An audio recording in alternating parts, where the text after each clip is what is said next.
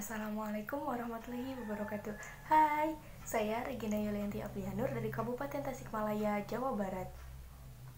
Jika kita ibaratkan, sekarang ini kita adalah sebagai seorang musafir yang sedang menempuh perjalanan untuk mencapai kota tertentu.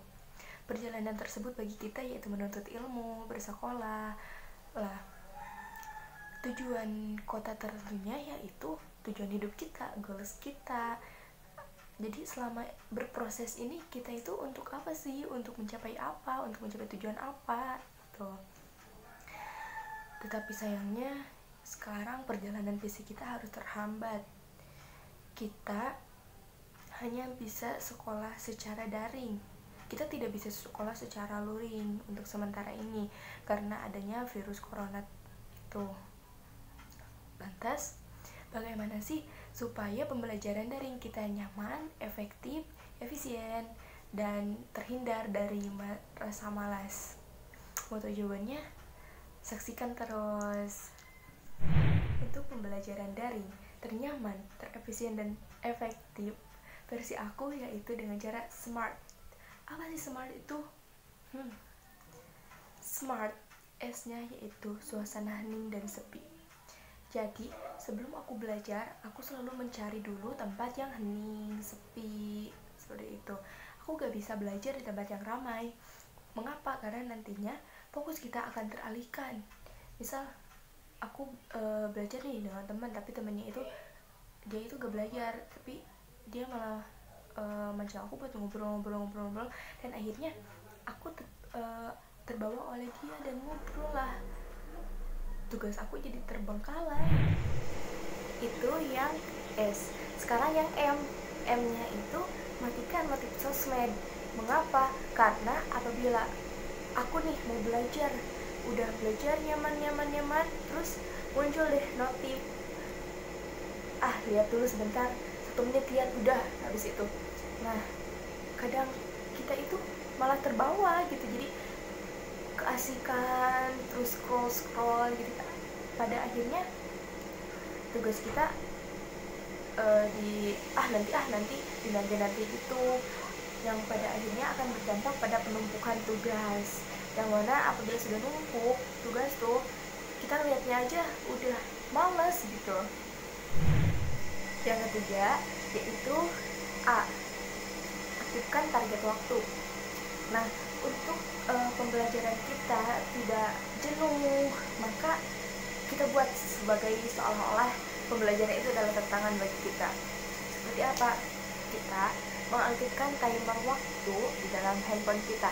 Misalnya, aku nih harus selesai ngerjain ini dalam waktu 20 menit gitu, atau 25 menit. Nanti setelah itu aku boleh istirahat 5 menit. Misalnya istirahatnya itu untuk minum, untuk menghirup udara segar terlebih dahulu keluar, atau melihat pemandangan terlebih dahulu, asal jangan lama-lama ya, cukup misal 5 menit. Kita belajar 25 menit, nah lalu istirahatnya 5 menit. Itu jadi pembelajaran kita itu tidak akan jenuh, malah kita akan asik untuk belajar. Yang keempat yaitu R. Apa sih R itu? R yaitu religious. Jadi setelah aku menanamkan langkah-langkah yang SMA itu, langkah selanjutnya yaitu dengan cara keagamaan. Aku sebagai seorang muslim, sebelum aku belajar, aku selalu menghadiahi guru-guru aku yang sudah tiada ataupun yang masih ada dengan membacakan surat Al-Fatihah. Tak lupa kepada orang tua kita yang sudah membiayai kita sampai detik ini, supaya lebih bermanfaat bagi kita ilmunya. Yang kelima yaitu tangible. Tangible. Apa sih tangible itu? Tangible adalah nyata. Maksudnya seperti ini. Nyata, setelah kita melakukan langkah-langkah yang tadi, kita harus dibuktikan dong. Nyatanya itu dengan cara mengerjakan tugas kita. Pokoknya kita harus selesai tugas ini dalam hari ini. Nah, terus kalau aku sih selalu ditambahin sama punishment.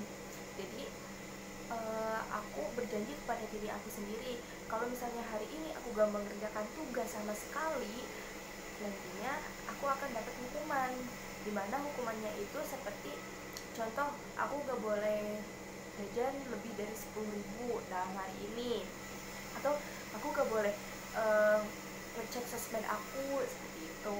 Jadi kan kalau seperti itu, ke dalam diri kita itu juga ada dorongan untuk belajar, karena kita mempunyai keinginan kita untuk jajan lah, atau untuk mengecek sosmed kita seperti itu. Mungkin cukup sekian pembelajaran dari efektif, nyaman, dan berkualitas versi aku. Maaf untuk segala kekurangannya dan terima kasih atas perhatiannya. Wassalamualaikum warahmatullahi wabarakatuh.